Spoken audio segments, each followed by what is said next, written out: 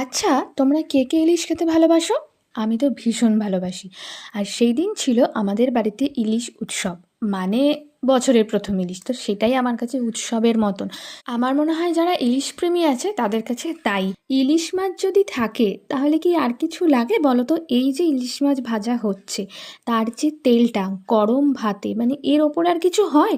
আমার তো মনে হয় না। মানে যারা ইলিশ ভালোবাসে অবভিয়াসলি।